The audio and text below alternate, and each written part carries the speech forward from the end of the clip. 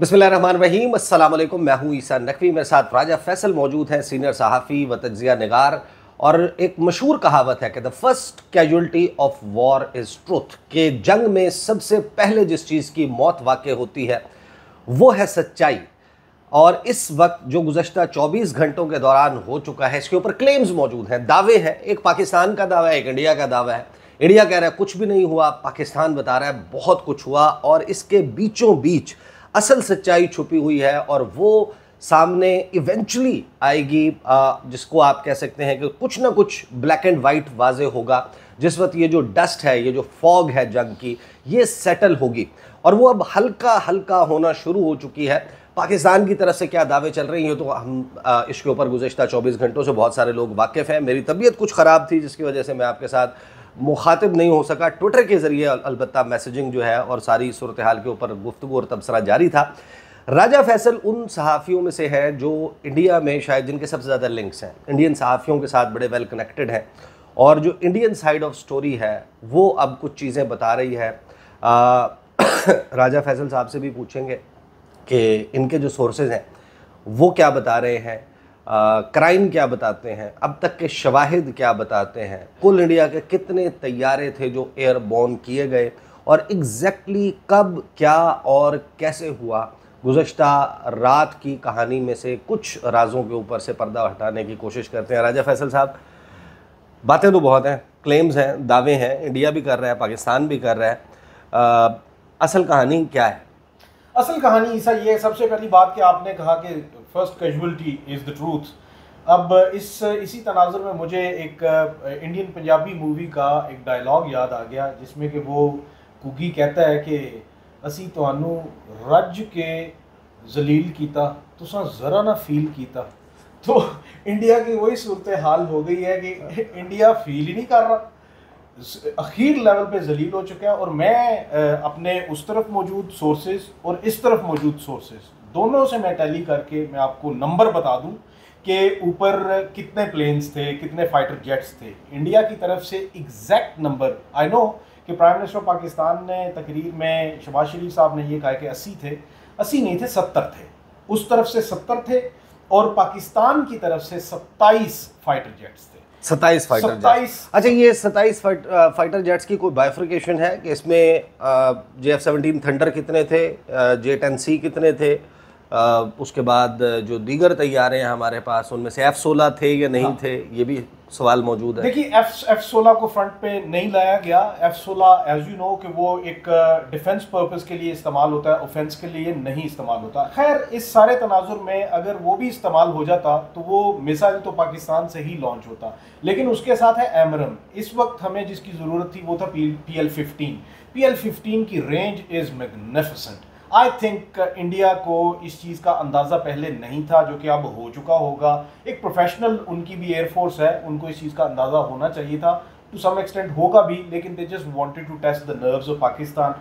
पाकिस्तान की तरफ से जो फॉर्मेशंस थी उसमें ज़्यादातर J-10Cs और जो obviously JF thunder's and 17s हैं, क्योंकि उनको भी मॉडिफाई करके उनके साथ भी PL-15 लगाया गया था। तो जिस वजह से वो जो हैं उन्होंने लीड किया इस चीज़ को। उसकी वजह ये है कि बेसिक जो मोटिव था पाकिस्तान का, they wanted to hit them with PL-15s successfully. सिर्फ 10 रिलीज हुए, 10 में। इसीलिए जी ISPR ने भी ये कहा कि 10 का वो फिगर इसीलिए कह रहे थे क्योंकि वो ये सोच रहे थे, और इसके ऊपर ये पहले भी बहस हो चुकी है कि जो भी PL-15 जाएगा वो घर तक छोड़ के आएगा, दुश्मन के एनिमी प्लेन को वो घर तक छोड़ के आएगा या मार देगा।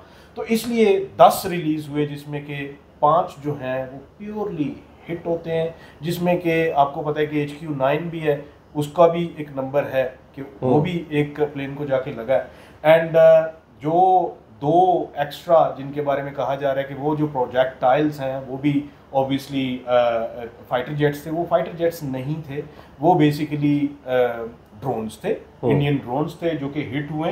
एंड वो भी अब आहिस्ता आहिस्ता सारी की सारी जो है। अच्छा, जाहिर है कि मैं एक चीज़ और बता दूं कि क्वेश्चंस हैं, ये बात जहन में रखिए कि चाहे इंडिया हो चाहे पाकिस्तान हो, जब आप इनका कंपैरिजन करते हैं, इंडिया नंबर गेम में हमारे से आगे है, नंबर्स उसके बहुत ज़्यादा है, लेकिन और बहुत सारी चीज़ें मैटर करती हैं। पाकिस्तान एक पोटेंट न्यूक्लियर पावर है पाकिस्तान की जो फ़ौज है और इंडिया की फ़ौज, दोनों दुनिया की टॉप 10 अफवाज में शामिल हैं। और ये जो टॉप 10 अफवाज हैं इसमें एक था कि 2019 में जिस तरीके से पुलवामा इंसिडेंट हुआ और उसके बाद बालाकोट में आकर पेलोड गिराया गया, एक दरख्त या 2 दरख्त थे, कोई 1-2 कव्वे थे, वो वाला इंसिडेंट हुआ, 500 का क्लेम किया इंडिया ने। फिर उसके बाद ऑपरेशन स्विफ्ट रिटॉर्ट हुआ, उसमें लोगों ने, दुनिया ने आंखों से देखा डॉक्टर फरिया बुगटी जो है वो एस्कॉर्ट करते हुए जिस तरीके से छोड़ के आई अभिनंदन वर्माथमन, हाँ, जिस तरीके से उसको फिर उसको वीर चक्र या जो भी उन्होंने जिस किस्म का भी चक्करबाजी की, अपनी आवाम को चक्कर दिया, जो भी चक्कर दिया। लेकिन सवाल ये था कि अब पहलगाम के बाद क्या उसी तरह की काम, उसी तरह का मामला होगा, क्या वही चीज़ रिपीट होगी?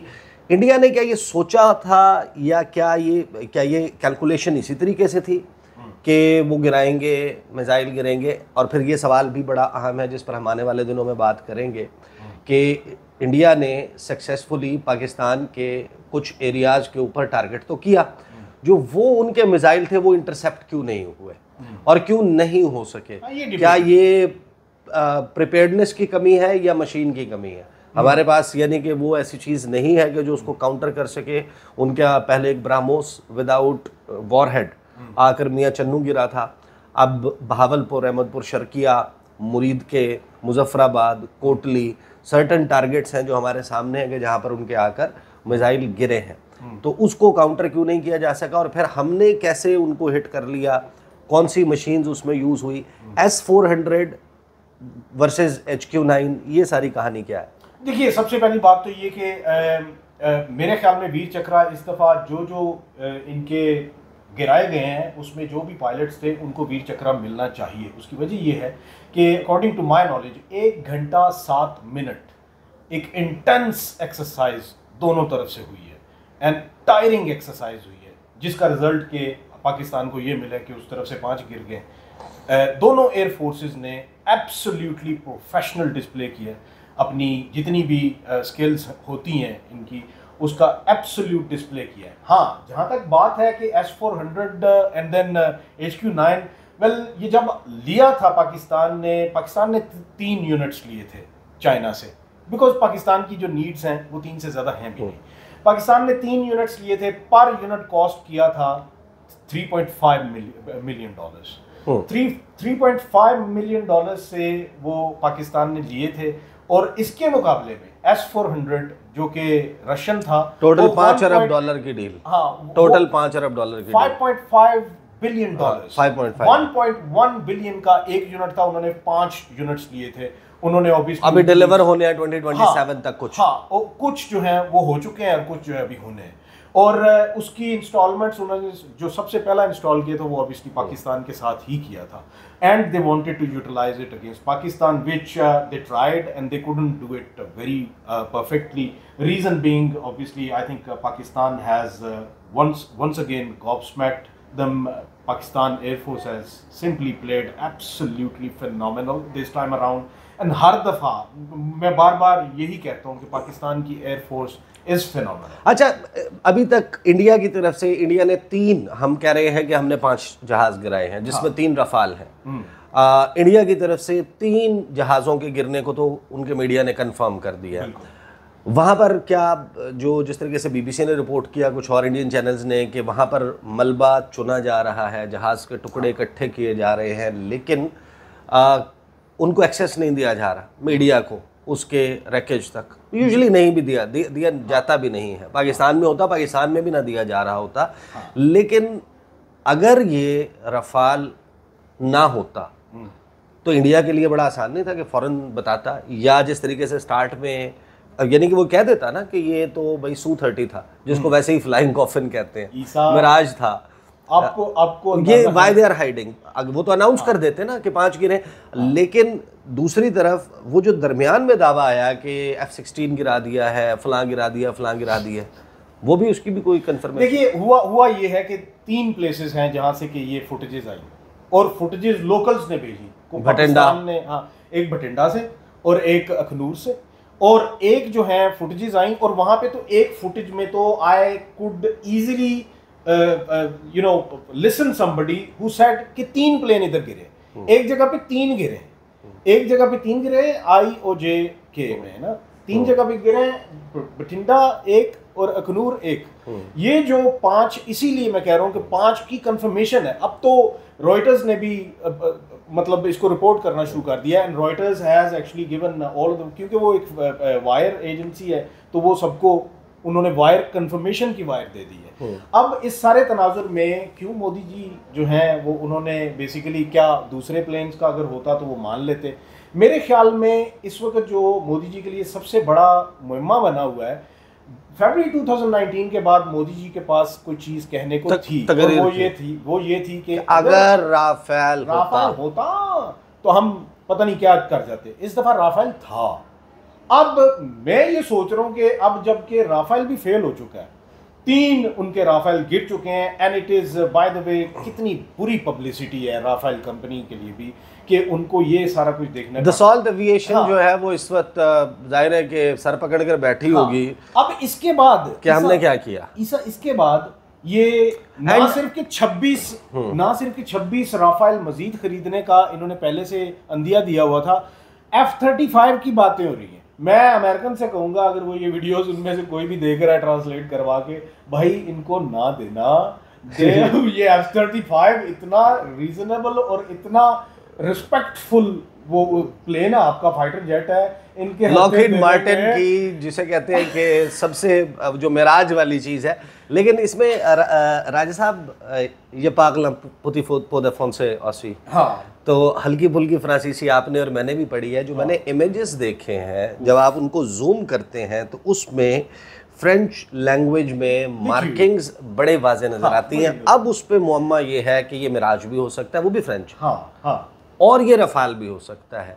जो इनका हेड काउंट है 36 रफाल का, ये हेड काउंट कैसे, ये नहीं इंडिया फिर अब क्या करेगा, अब हमें हेड काउंट करके दिखाएगा, या अपने लोगों को सेटिस्फाई कैसे करेगा, या गोदी मीडिया बिलीव करवा देगा? गोदी मीडिया उनका सारा कुछ बिलीव करवा देगा। आई थिंक मैं एक बात आपको बता दूं, अगर उनको कुछ भी सक्सेस होती ना, एक रत्ती बराबर भी सक्सेस होती, तो आपका क्या ख्याल है? Over the moon. आपका क्या ख्याल है कि मोदी ने घर बैठे रहना था? नो, मोदी तो एक कोई सेकंड पोजीशन पे आने वाला जो है, वो क्या, वो जो आपकी आवाज आ रही है वो फोन के ऊपर, वो उसकी भी वीडियो रिलीज करवाई थी एग्जैक्टली ऐसी। और इवन के वो जेवलिन थ्रो में जो सेकंड आया था उसको भी फोन करके नीरज चोपड़ा को भी करना।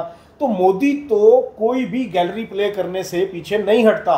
ये इतनी बड़ी गैलरी, उसकी तारीख की सबसे बड़ी गैलरी होती। अगर उसको पूरा भी यहाँ से कुछ ऐसा मिल गया होता प्ले करने के लिए, he would have been over the moon, he would have been over the screens all the time। तो पाकिस्तान तो अपने वो भी दिखा रहा है, तो पाकिस्तान ने तो अभी तक जो वीडियोस हैं खुद पाकिस्तानियों ने शेयर की हैं।